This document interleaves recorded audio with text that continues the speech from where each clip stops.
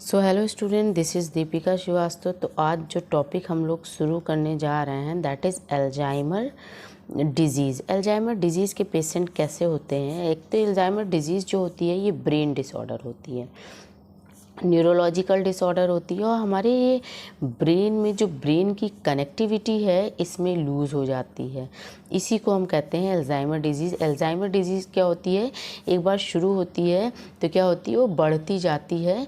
इसमें क्या होती है, जो हमारी ब्रेन की सेल्स होती हैं ये खुद को ही डीजेनरेट और डाई करना शुरू कर देती हैं। ठीक है, इसमें जो हमारा अल्जाइमर डिजीज़ का पेशेंट होता है वो उसमें क्या होता है, मेमोरी लॉस देखा गया है, मेमोरी लॉस देखा गया और कन्फ्यूज़न की स्टेज देखी गई है।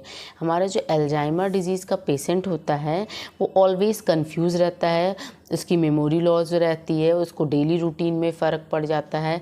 उसने अभी ब्रश किया तो उसे याद नहीं है, उसे 10 मिनट बाद वो भूल जाएगा। उसे ऑफिस जाना है या ऑफिस का कोई काम है तो वो भूल जाएगा। उसको बहुत उसकी मेमोरी नहीं डेवलप हो पाती, उसे कल क्या करना है वो इस चीज़ की प्लानिंग नहीं कर पाता। क्यों? क्योंकि वो भूल जाता है। ठीक है, तो अल्जाइमर डिजीज़ के पेशेंट हमारे कुछ इस तरह के होते हैं। अगर इसका सिम्टम्स देखा जाए तो इसके सिम्टम्स ही हैं मेमोरी लॉस एंड कन्फ्यूज़न के।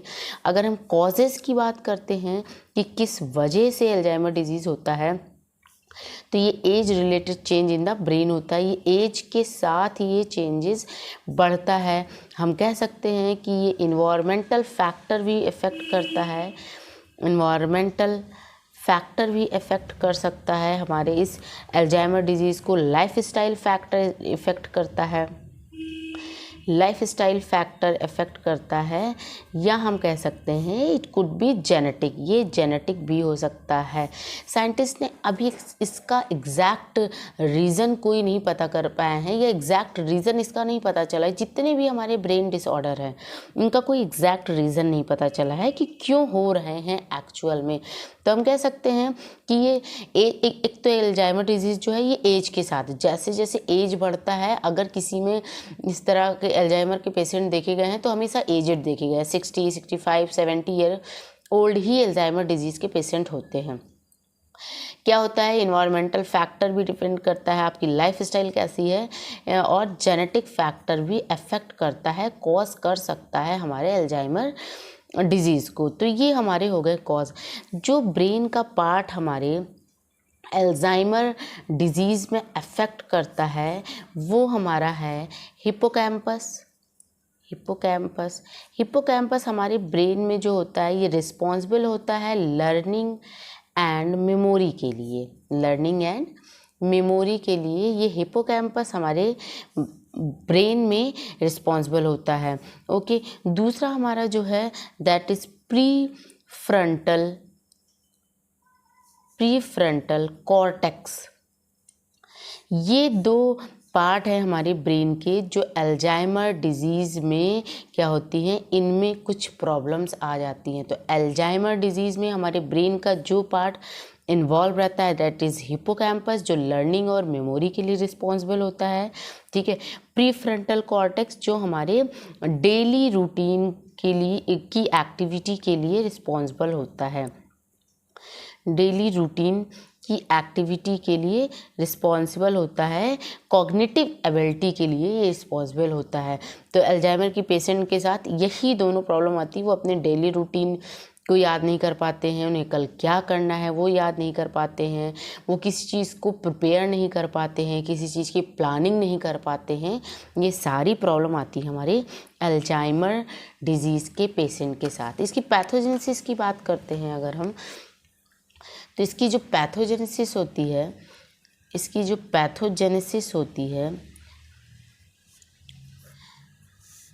ये इसमें दो तरह की प्रॉब्लम आ जाती है।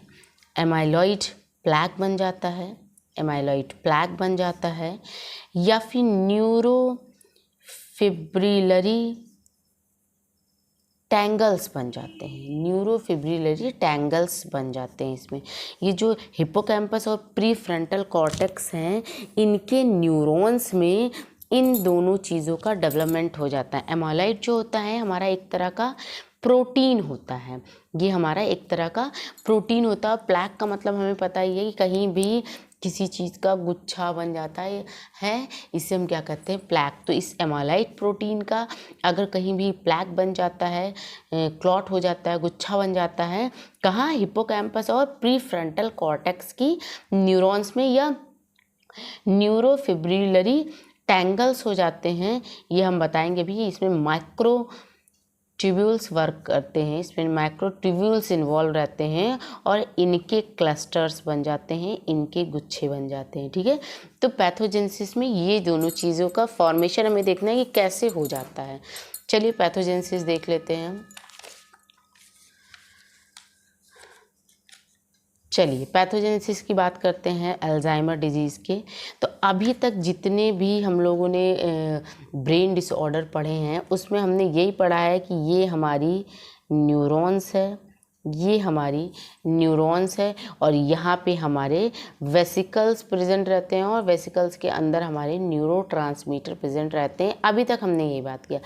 अब हम बात करेंगे कि ये जो हमारे न्यूरॉन हैं, इसके वॉल पे एक हमारा प्रोटीन प्रेजेंट रहता है जो अंदर से लेके बाहर की तरफ निकलता है और इसको हम कहते हैं एपीपी प्रोटीन, एमाइलाइड प्रिकर्सर प्रोटीन इसे हम कहते हैं। तो हम इस सेक्शन को जूम करते हैं और देखते हैं। तो इस सेक्शन को जूम करने के बाद कुछ इस तरह से दिखेगा कि न्यूरॉन्स की वॉल पे हमारे कुछ इस तरह से हमारे प्रोटीन है। ठीक है, ये क्या है, हमारा एपीपी है, ये हमारा एपीपी है। ठीक है, और क्या है, आधा पार्ट इसका इंट्रासेलुलर है, आधा पार्ट अंदर है और आधा पार्ट क्या है, बाहर की तरफ है। ठीक है, इन जनरली हमारे आपकी ब्रेन में क्या हो रहा है कि ये जो हमारा अंदर रेड कलर का दिख रहा है, यही हमारा मेन सेगमेंट है हमारे एपीपी का। ठीक है, यही हमारा एपीपी है। तो क्या हो रहा है कि यहाँ से ये कट होगा और इसको कट करने के लिए हमारा जो रिस्पॉन्सिबल होगा, दैट इज़ कुछ एंजाइम होते हैं वो रिस्पॉन्सिबल होते हैं, दैट इज़ गामा सेरेटेज होते हैं। ठीक है, जो पर्टिकुलर इस पोजीशन से इसको कट करेंगे जहाँ से ये शुरू हुआ है। और दूसरा हमारा होता है जो अल्फ़ा सेरेटेज। ये दो एंजाइम होते हैं जो क्या करते हैं, इसको कट करते हैं। ठीक है, इसको कट करते हैं और बाकी जो है इसको हटा देते हैं। ठीक है, तो क्या होता है, जो हमारा ये जो कट वाला पार्ट है, ये जो हमें मिलता है एपीपी, ये जो हमें मिलता है, ओके, ये जो हमें मिलता है ये वाटर सॉल्युबल होता है, ये वाटर सॉल्युबल होता है। ठीक है, तो ये क्या होता है, डिज़ोल्व हो जाता है और क्या होता है, न्यू एपीपी का फॉर्मेशन करने लगता है, न्यू एपीपी प्रोटीन का फॉर्मेशन करने लगता है। ठीक है, तो इसकी कटिंग में कौन हेल्प किया, अल्फ़ा सेरेटेज एंजाइम और गामा सेरेटेज एंजाइम ने हेल्प किया। बट इन अल्जाइमर केस ये तो हमारे आपके ब्रेन में हो रहा है, नॉर्मल फंक्शनिंग हो रही है। क्या हो रहा है कि हमारा जो ये एपीपी प्रोटीन है, और ये जो एपीपी प्रोटीन हमारा होता है, ये हमारे रिपेयर और ग्रोथ ऑफ न्यूरॉन्स में हेल्प करता है। ये क्या करता है, हमारे न्यूरॉन्स की ग्रोथ में उसको रिपेयर करने में हेल्प करता है। तो क्या होता है, हमारे आपके ब्रेन में क्या हो रहा है कि दो एंजाइम मिलके इस मेन सेगमेंट को, मेन एपीपी को कट करते रहते हैं एक पर्टिकुलर टाइम पे, और ये क्या होता है, वाटर सॉल्युबल होता है, ये डिज़ोल्व हो जाता है न्यूरॉन्स में और नया एपीपी का फॉर्मेशन करता रहता है, और इसी तरह से हमारी ब्रेन में ये प्रोसेस चलती रहती है। बट इन अल्जाइमर केस के पेशेंट में क्या होता है, अल्जाइमर में क्या होता है कि ये इस पोजीशन पे ना कट करके इस पोजीशन पे कट कर होगा, किसी और पोजीशन पे कट होगा। जो इसकी कटिंग करेगा उसके लिए जो एंजाइम रिस्पॉन्सिबल होता है, दैट इज़ बीटा सेरेटेज। ठीक है। तो क्या होता है, अल्जाइमर डिजीज़ के पेशेंट में हमारा अल्फ़ा सेरोटेज एंजाइम वर्क नहीं करेगा। अल्जाइमर में क्या होता है, हमारा बीटा सेरोटेज एंजाइम वर्क करेगा और ये हमारे एपीपी को, एमाइलाइड प्रिकर्सर प्रोटीन को किसी भी पर्टिकुलर साइट पे काट देता है। ठीक है। तो ये जब ये कट करता है तो ये क्या होता है, ये वाटर सॉल्युबल नहीं मिलता है। अब जो हमें एपीपी का फ्रेगमेंट कटा हुआ मिला है, जो हमें एपीपी का फ्रेगमेंट कटा हुआ मिला है, ठीक है, कटा हुआ मिला है, ये क्या होता है, वाटर सॉल्युबल नहीं होता है। वाटर सॉल्युबल नहीं होता है, सॉल्युबल नहीं होता है। और ये जो एपीपी है ये क्या करता है, एग्रीगेट बना लेता है। ये क्या बना लेता है, एक एग्रीगेट बना लेता है, एक्यूमुलेट करना शुरू हो जाता है और इसी को हम कहते हैं beta amyloid plaque. Amyloid plaque, ध्यान से समझिएगा फिर ही आपको समझ में आएगा। एमाइलॉइड प्लैक, तो ये जो वाटर इनसॉल्युबल हो गया और ये एक्यूमुलेट, भाई अब वाटर इनसॉल्युबल तो है नहीं तो ये सॉल्युबल होगा ही नहीं, तो क्या होगा, इकट्ठा होना शुरू हो जाएगा और इसी को हम कहते हैं बीटा एमाइलॉइड प्लैक। अब इकट्ठा कहाँ होगा, हमारे ये न्यूरॉन्स होते हैं।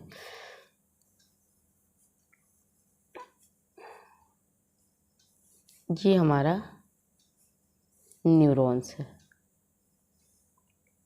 ठीक है, ये हमारे न्यूरॉन्स है, ये हमारे एक्सॉन पार्ट हैं। ठीक है।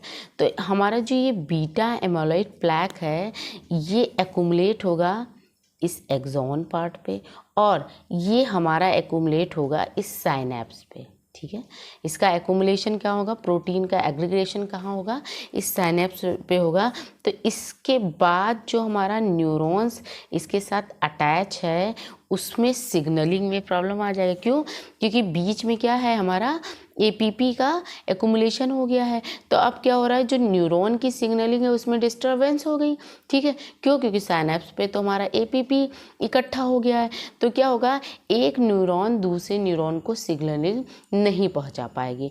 और ये जो प्रॉब्लम होती है अल्जाइमर में कि यहाँ पे जो एपीपी प्रोटीन है जिसको अभी तक अल्फ़ा सेरोटेज और गामा सेरोटेज की हेल्प से कट हो रहा था और ये हमें वाटर सॉल्युबल बन रहा था, बट अल्जाइमर डिजीज़ में क्या हो रहा है, इसमें बीटा सेरोटेज काम कर रहा है।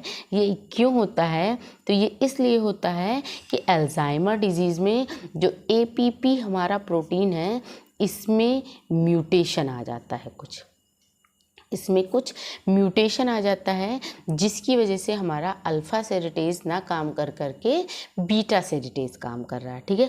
तो अब क्या हो गया कि इसमें बीच में क्या हो गया, एक्यूमुलेशन हो गया हमारे प्रोटीन का, एपीपी प्रोटीन का। तो क्या होगा, सिग्नलिंग ब्लॉकेज हो जाएगी, सिग्नल नहीं पहुंच पाएगा और ये जो प्लैक है ये एक फॉरेन पार्टिकल की तरह काम करने लगेगा, एक फॉरेन बॉडी की तरह काम करने लगेगा, एक एंटीजन की तरह काम करने लगेगा। क्यों, क्योंकि इसके जीन में म्यूटेशन हुआ था, एपीपी के जीन में म्यूटेशन हुआ था। तो ये क्या करेगा, एक फॉरेन बॉडी की तरह काम करने लगेगा।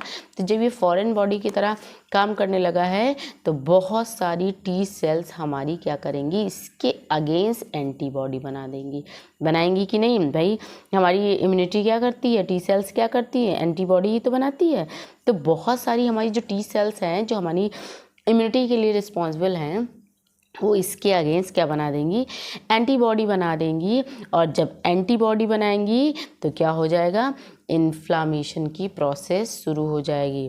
तो जब एंटीबॉडी बनाएंगी तो क्या होगी, इन्फ्लामेशन की प्रोसेस शुरू हो जाएगी। इन्फ्लामेशन मुझे डिस्क्राइब करने की ज़रूरत नहीं है क्योंकि मैंने ऑलरेडी आपको बता चुकी हूँ। ठीक है। तो क्या होगी, इन्फ्लामेशन की प्रोसेस शुरू हो जाएगी।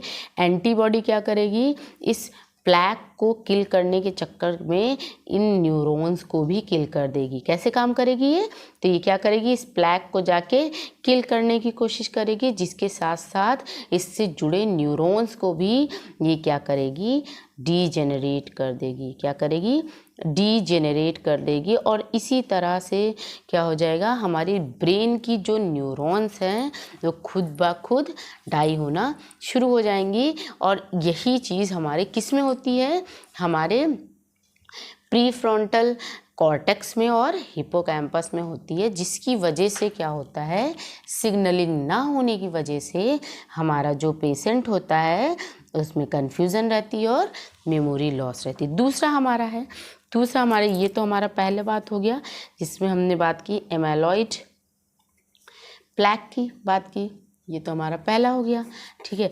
दूसरा हमने क्या पढ़ा था कि दूसरा हमारा क्या होता है, न्यूरोफिब्रिलरी टैंगल्स क्या होते हैं। न्यूरोफिब्रिलरी टैंगल्स क्या होते हैं, ये जो हमारा न्यूरॉन्स होता है, हमारा ये जो न्यूरॉन्स होता है, ओके, इसमें हमारे माइक्रोट्यूब्यूल्स प्रेजेंट रहते हैं, और कुछ इस तरह से अरेंज रहते हैं, इतने अच्छे शेप में अरेंज रहते हैं कि ये क्या करते हैं, हमारे न्यूरॉन्स को भी स्ट्रक्चर देते हैं, शेप देते हैं, और इसके लिए रिस्पॉन्सिबल होता है टाउ प्रोटीन। तो हर ईच माइक्रोट्यूब्यूल्स अपने पास टाउ प्रोटीन रखता है जो यहाँ पे प्रेजेंट रहता है इस जगह। तो ये क्या है, टाउ प्रोटीन है, ठीक है। तो जो हमारा ये हमारा माइक्रोट्यूब्यूल्स होते हैं उनके पास टाउ प्रोटीन होते हैं, ठीक है। क्या होता है कि ये जो हमारा प्रोटीन एग्रीगेशन हुआ है, इसकी वजह से क्या होता है कि कुछ काइनेज एंजाइम रिलीज होते हैं, ठीक है। क्या होते हैं कि इसकी वजह से क्या होता है, ये जो प्रोटीन एग्रीगेशन हुआ है तो इसकी वजह से क्या होता है कि टाउ प्रोटीन फास्फोराइलेशन की प्रक्रिया होती है। मतलब ये जो टाउ प्रोटीन है इसमें हमारे फास्फेट ग्रुप जुड़ जाते हैं, क्यों, because of the protein aggregation,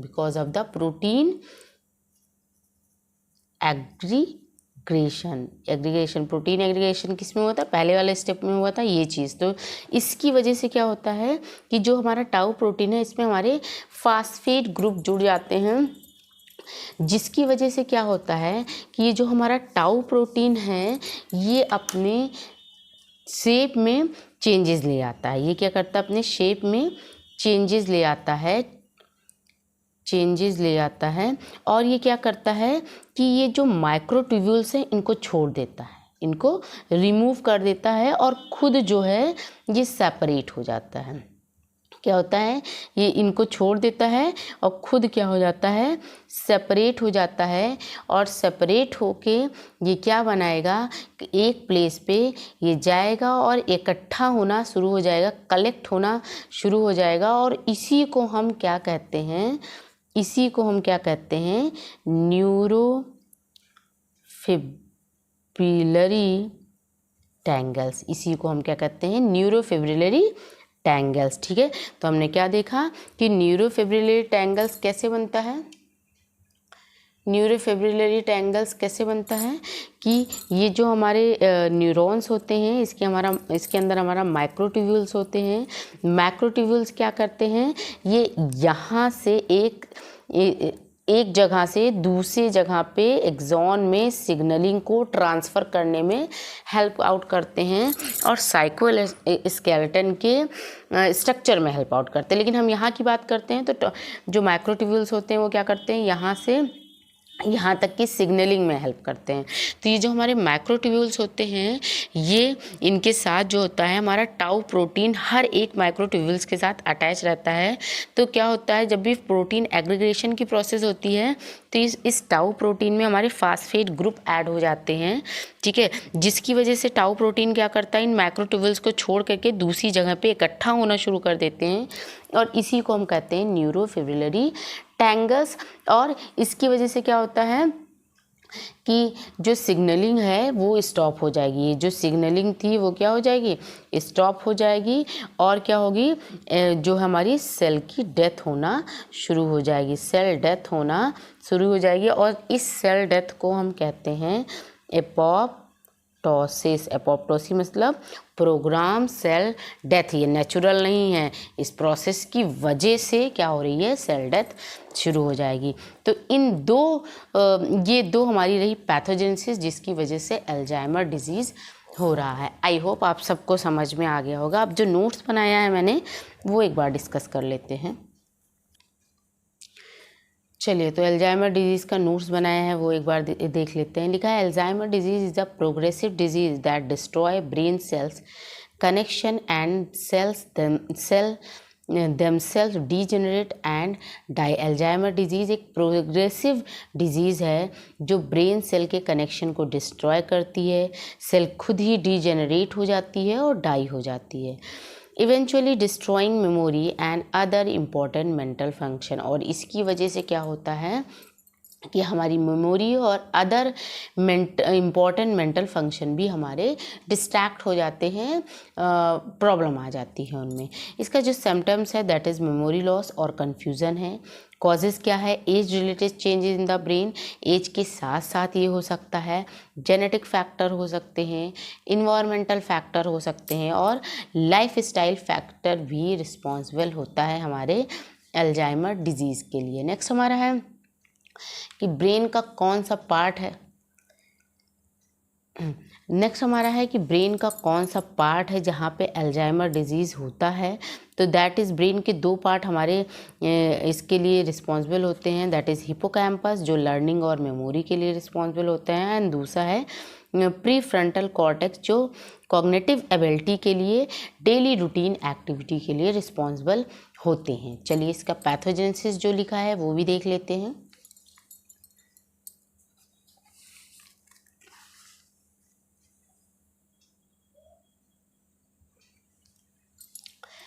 pathogenesis है अल्जाइमर डिजीज़ की। अल्जाइमर डिजीज़ हमारा 2017-18 में 7 नंबर में पूछा गया है। इसके अलावा तो मैंने नहीं देखा है कि ये पूछा गया, बट एक बार आप खुद से भी चेक कर लीजिएगा, ठीक है। वैसे ये इम्पॉर्टेंट है, इस बार भी आ सकता है। तो Alzheimer disease caused by 2 features, एमाइलोइड plaque and neurofibrillary tangles. Formation of एमाइलोइड plaque कैसे होता है, जैसे मैंने बताया है वैसे ही मैंने इसकी पैथोजेनेसिस लिख दी है। आप इसको रटने में मत फंसिएगा, आप एक बार इसे समझिएगा और आपको खुद ब खुद ये आ जाएगा, ठीक है। तो इन नॉर्मल ब्रेन में क्या हो रहा है, मैंने ये चीज़ दिखाया है कि amyloid precursor protein APP present in between cell membrane which help in repair and growth of neurons. जो एमाइलोइड प्रिकर्सर प्रोटीन होता है ये सेल मेम्ब्रेन के बीचों बीच प्रेजेंट रहता है जो repair and growth of neurons में हेल्प करता है। Some part of the APP is above the cell membrane and some is below the cell membrane. कुछ पार्ट होता है एपीपी का जो सेल मेम्ब्रेन के बाहर रहता है और कुछ पार्ट होता है जो सेल मेम्ब्रेन के अंदर होता है। Some enzyme alpha secretase and gamma secretase break APP to particular side. जो हमारे अल्फा सेरेटेज और गामा सेरेटेज एंजाइम हैं ये एपीपी को पर्टिकुलर साइड पे ब्रेक करते हैं।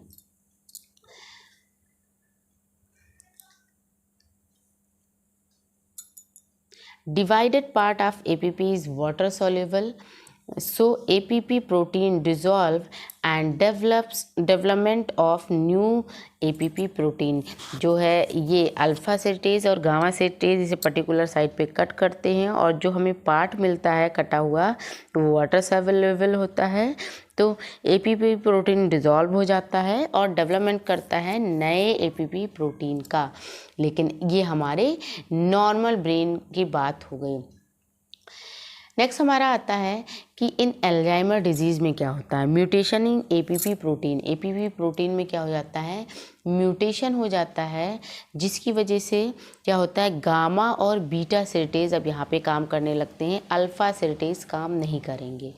तो gamma and beta secretase do action on APP and break it at any point, so solubility of APP get vanished. क्या होगा, गामा और बीटा सेरेटेज इस पे एक्शन करेंगे और एपीपी को कहीं भी पॉइंट से, किसी भी पॉइंट से ब्रेक कर देंगे।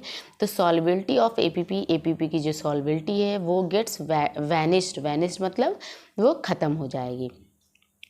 APP will form protein aggregate and this is called beta amyloid plaque. APP जो है ये फॉर्म करेगा प्रोटीन एग्रीगेट को, जिसे हम कहते हैं beta amyloid plaque. Okay, these plaque accumulate between the synapse and disturb neuron signaling. ये प्लैक जो होता है ये हमारे साइनेप्स पे एक्यूमुलेट हो जाता है और हमारे न्यूरॉन्स की सिग्नलिंग को क्या करता है, डिस्टर्ब करता है. Plaque start working as foreign body. ये फॉरेन बॉडी की तरह काम करने लगता है. Antibody against plaque. T cells हमारी क्या बनाएंगी, एंटीबॉडी अगेंस्ट प्लैक के अगेंस्ट. तो क्या होगा, इन्फ्लामेशन की प्रोसेस होगी और एंटीबॉडी क्या करेगी, प्लैक को किल करने के चक्कर में हमारे न्यूरॉन्स को भी किल कर देती है, जिससे क्या हो जाता है, हमारे न्यूरॉन्स डीजेनरेशन हो जाता है. तो this is all about the amyloid plaque. Amyloid plaque कैसे बना ये हमने पढ़ा. दूसरा अब हमारा आता है न्यूरोफिब्रिलरी टैंगल्स. ये भी देख लेते हैं.